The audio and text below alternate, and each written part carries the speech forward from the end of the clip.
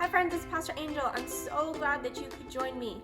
This week we're going to be doing things a little differently. We're going to jump into the Word first and see what God has to say about faith, which is what we're talking about this month. And faith is believing in what you can't see because of what you can see. And then after we dig into God's Word, we're going to be doing some worship. Are you guys ready? All right, come on, let's go.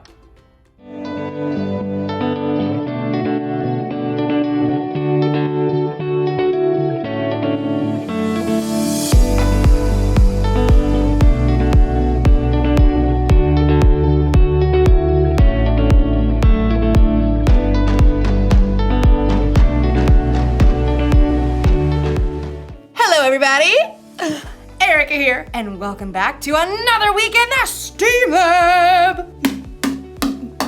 Whenever you're learning new things, experimenting, inventing, or anything else one might do in a lab, you need to make sure you have faith.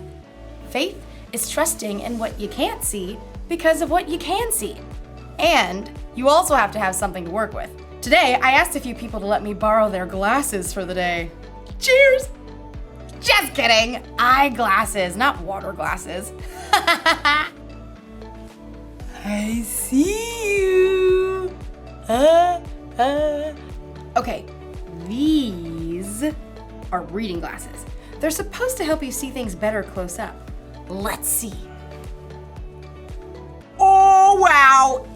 Yep, they really work. I see things a lot more clearly. It's like focused. Blurry. Focus! Blurry. But look what happens when I put on these glasses. They're for someone who is really farsighted. Wow! I can't see anything. I can't see anything. It's like blurry. Focus. Blurry. Focused. Isn't that wild? There are a lot of different kinds of glasses. And the reason is because there are a lot of different kinds of people.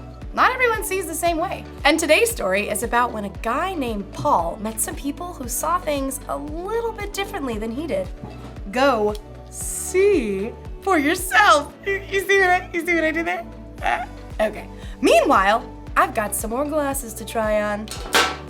Whoa. These are X-ray glasses. I can see my bones! Just kidding. Seriously though, when did I get that freckle?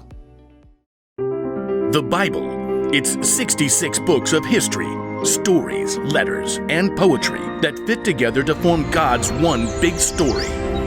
The epic adventure of how He created us and loves us so much that He made a way to rescue us. As we travel through the Bible, from Genesis to Revelation, we discover people who met God and found their lives changed forever. Now, for an amazing story, inspired by the book of Acts, chapter 17, verses 16 through 34. Wherever Paul went, he boldly preached the good news of Jesus. This Jesus I'm telling you about is the Messiah. Many Jews and Greeks believed in Jesus, but in nearly every town, a group of Jews would gather to oppose Paul. He and his companions were forced out of Thessalonica, and then later that same group of Jews followed to run Paul out of Berea. Eventually, the believers helped Paul escape to the coast, where he could travel by boat to Athens. Tell Silas and Timothy to join me as soon as they can. Once Paul reached Athens, he walked the streets of the ancient city, disturbed by what he saw. Carved and molded statues everywhere. Statues of their gods. The people really believe false gods can help them. In fact, the Athenians believed in around 30,000 false gods. Yeah, they believed these gods were in charge of everything from sports to sleep to doors and cleanliness. A god of grapes. Okay. While Paul waited for his friends, he visited the Jewish synagogue to tell Jews and Greeks alike about Jesus. And in the marketplace, he spoke to anybody who would listen. You have to hear about Jesus. He was killed, but he came back to life. Paul's words stirred up a group of Athenian thinkers. These men felt that they could achieve perfection through knowledge and wisdom. Can you explain what this fellow is chattering about? He seems to be telling us about gods we've never heard of. We shall take this Paul to a meeting of the Areopagus. There, we shall reason it out. Set high on an outcropping of rock, the Areopagus was the high court of Athens.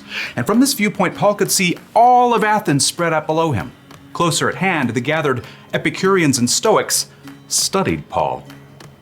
What is this new teaching you're giving us? You have some strange ideas we've never heard before. We would like to know what they mean. Paul took a deep breath. These people treated new ideas like playthings, so he wanted to connect the story of Jesus with something they already knew. People of Athens, I see that you are very religious in every way. We are aware of this. Please proceed. Paul recalled a small carved altar he had discovered while exploring the city. As I walked around, I looked carefully at the things you worship. I even found an altar with "To an unknown God" written on it. Now, I'm going to tell you about this unknown God. Paul explained to them that the true God created the entire world and everything in it. He created each individual person with a purpose and an adventure to live. He did it so that people would seek him and find him, even though he is not far from any of us. Preposterous. Continue. Paul knew that these Athenians might listen to the words of their own writers that might actually reflect something of who God is. In him we live and move and exist. As some of your own poets have also said, we are his children. What an interesting point. Paul told them that people are God's children. God is alive and real, not some carved statue or molded from gold. And now by sending Jesus, God was telling everyone everywhere to turn away from the bad things they've done and to follow him.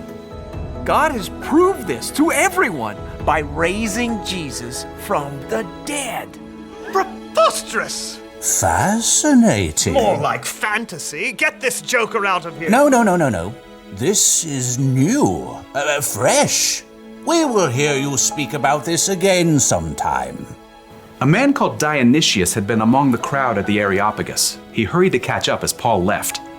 I want to know more about this living God, about Jesus. I can help you, friend. So Paul continued to spread the good news and love of Jesus, and after a short time, Dionysius became a follower of Jesus, as well as a woman named Damaris and several others.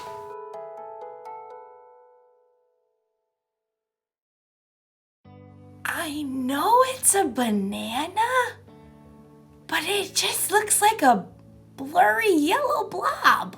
Whoa! It's hard to focus when you can't see clearly, but I think it's important to try and see things from another person's point of view, like Paul and the people in Athens. They believed in different gods than Paul. That's why Paul tried to see things how they saw things, so he could tell them about Jesus in a way they'd understand. He told them about the living, one true God who created the whole world and everything in it. And he told them that God proved how powerful he was by bringing a man back from the dead. That man was God's son, Jesus. Many of the people from Athens had never heard of anything like that before. Some thought Paul was kind of crazy, but others wanted to hear more. And Paul was able to help them know Jesus the way he knew Jesus. That's something we can do too! It's the one thing to remember today. You can help others know Jesus. That can be easy if you're talking to someone who sees things the same way you do.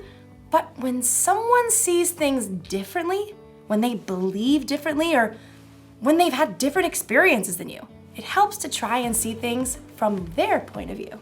Ah, yes, I see what you're saying now. The best thing to do is to try to keep it real. Be honest about what Jesus has done for you. And it's not just in what you say. You can help people know Jesus by what you do, too. When you treat people with love, respect, and kindness, they can see the love of Jesus through you. Everyone's different, and we all see things just a little bit differently. So I think it makes sense to try to see things the way other people see them. And you don't even have to change your glasses to do it. I'll see you next time. Bye! See you guys later. Oh, hold on. Oh, that's a table. All right.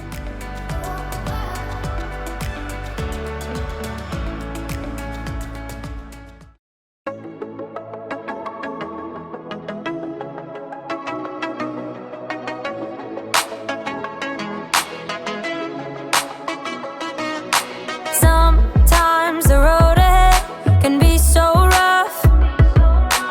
You are the reason why I don't give up.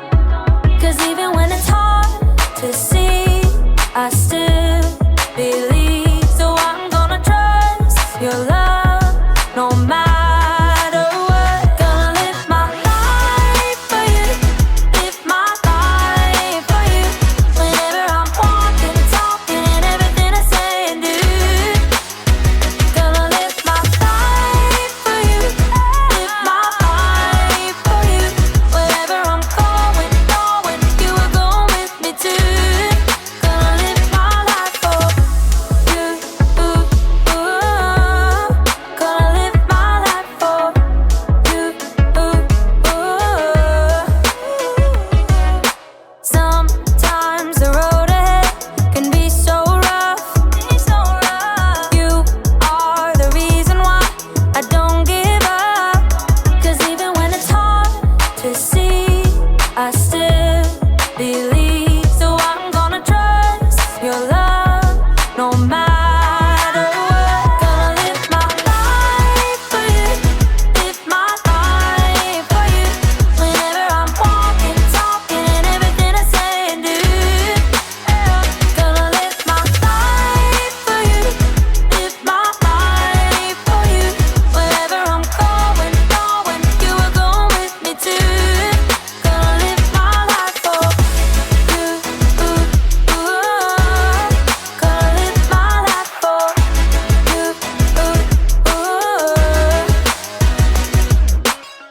When I'm weak, I know you're strong. Won't be afraid, you'll be right here through it all. When I'm weak, I know you're strong. Won't be afraid, you'll be right here through it all. Gonna live my life for you, live my life for you. Whenever I'm walking, talking, and everything I say and do. Gonna live my life for you, live my life for you. Whenever I'm walking, talking, and everything I say and do. Gonna live my life for you, live my life for you. Wherever I'm going, you will go with me too. Gonna live my life for you, Gonna live my life for you, Gonna live my life for you, Gonna live my life for